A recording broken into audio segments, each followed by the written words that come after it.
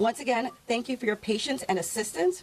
For an updated statements or information. Calling it terrorism reads racism. I mean, no, it is it is definitionally an act of terrorism. The problem is, I guess, that is intentionally vague and almost never applied to white supremacist domestic terrorists, even though they run up the numbers. It's an act of terror. Like 100%. This is colloquially, when you talk about trying to kill as many civilians as possible, that is an act of domestic terror. Okay. Whether it's by car ramming, whether it's by shooting, whether it's by blowing stuff up with IEDs, improvised explosive devices, that is definitionally and colloquially what you would consider to be an act of terrorism. Okay?